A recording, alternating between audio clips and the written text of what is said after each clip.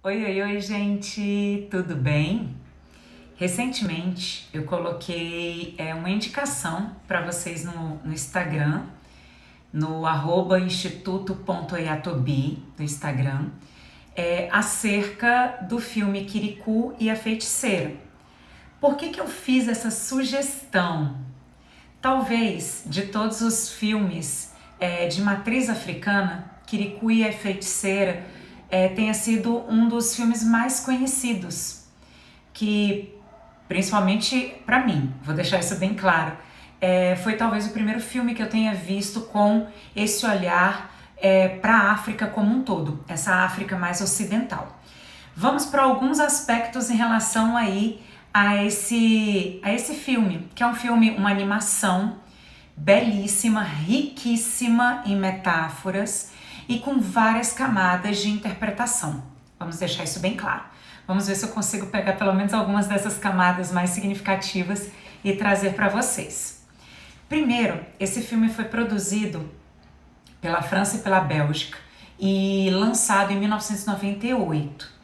Pra gente, assim, com a idade que tem agora, tipo a minha faixa etária, já acha um filme tranquilo, fácil. Agora, talvez para quem é mais jovem que está aqui no canal, olha e fale, nossa, como é um filme antigo.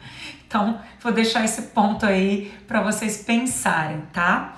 Esse filme traz um retrato muito bacana sobre as camadas de leitura que nós podemos fazer sobre o próprio Kirikou e sobre a feiticeira, essa imagem tão mística que é a feiticeira, mas não somente sobre eles dois. A mãe de Kirikou também é interessante nesse contexto. Eu separei alguns pontos para a gente falar aqui, e o primeiro ponto que eu gostaria de falar é realmente quem produziu, tá bom? Esse filme foi produzido, dirigido, roteirizado por Michel Ocelot. Ele é francês, mas viveu durante muito tempo na África, e ele traz, aí depois ele volta para a França e ele leva essa contribuição africana para a forma de vida dele. E em especial ele traz essas memórias de quem é a pessoa mais simples, mais frágil, mais vista como frágil, e que pode, sem sombra de dúvidas, combater aquele que é considerado místico, poderoso, forte, e por aí vai indo. Então, o primeiro ponto é falar de fato do Michel Ocelot, tá? Para deixar isso bem claro.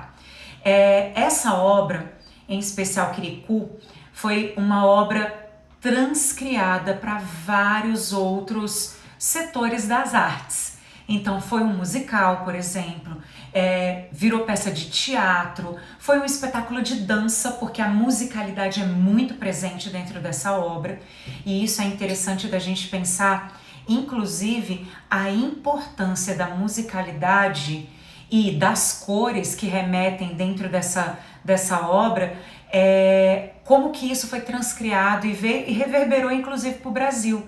Então você percebe que tem um ritmo, tem uma melodia que transmuta todo o período do filme.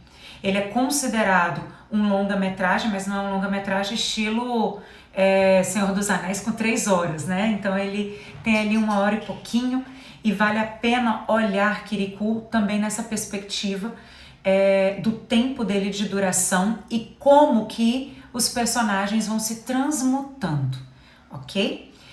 Primeiro ponto, Kirikou, antes de nascer, na barriga da mãe, ele já conversava com a mãe. E ele falava, não, eu tô ótimo, eu sou independente, eu sou maravilhoso, preciso nascer, preciso fazer algo. Então a ideia da missão, a ideia de que todo mundo tem um propósito, tem um projeto de vida. Olha que bacana pensar isso. E ele pequenininho, lá no ventre da mãe, tinha esse olhar. Olha que espetacular. E ele mesmo nasce, corta seu cordão umbilical, entende o poder da coletividade, porque a missão dele é cuidar da aldeia que ele vive. Então, um ponto bem significativo aí é a ideia, e até com uma base bem africana muito forte, é a ideia de que o lugar onde você nasce, as pessoas com as quais você convive, são importantes, você representa uma coletividade. Você, na sua subjetividade, está inserido dentro da coletividade. E ele se vê como ele tem esse projeto de vida exatamente pensando nessa coletividade. A importância dele era preservar a aldeia que ele nasceria. Olha o tanto que ele tem um senso de responsabilidade.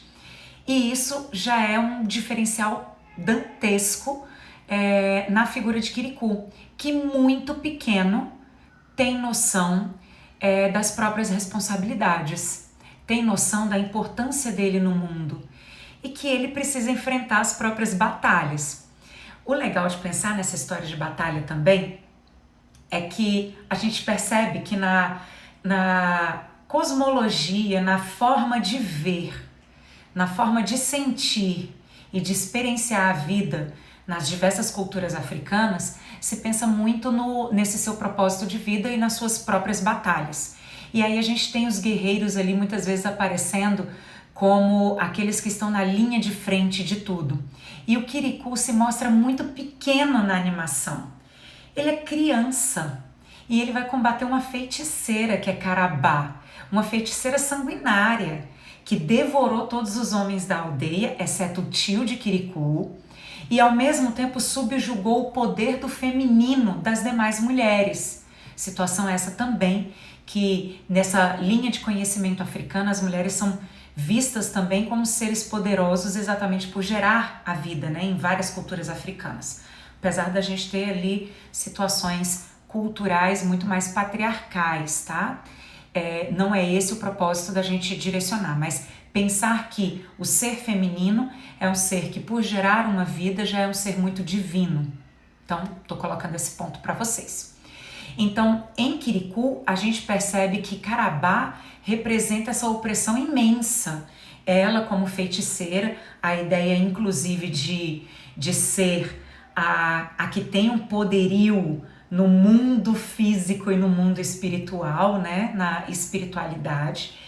E Kirikou, que é pequeno, é frágil, tanto que até a animação mostra o Kirikou muito pequenininho diante da feiticeira, e a feiticeira indo atrás dele para poder subjugá-lo, e não consegue.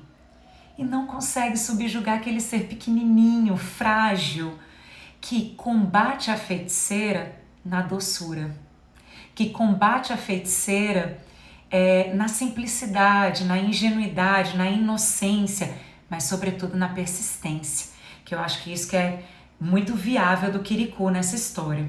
Então ele demonstra que para você ser um grande guerreiro, você não precisa estar carrancudo, batalhando com a arma em punho. A arma dele era de outra forma, inclusive até destoa da figura de Karabá. Karabá muito ornada, com joias, muito grande, né? Grandiosa mesmo, visualmente grande. E ele nu, desnudo. A arma dele era ele mesmo. Ele não precisava de nenhum tipo de equipamento para poder combater Karabá.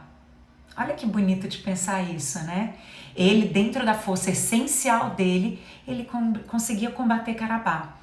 E muito calmo e muito inteligente. Então a ideia, sobretudo, era de mostrar que esse guerreiro, muito pequeno, podia ensinar a todos da aldeia que combater os seus maiores obstáculos nasce primeiro da sua essência aqui, né? No seu interior.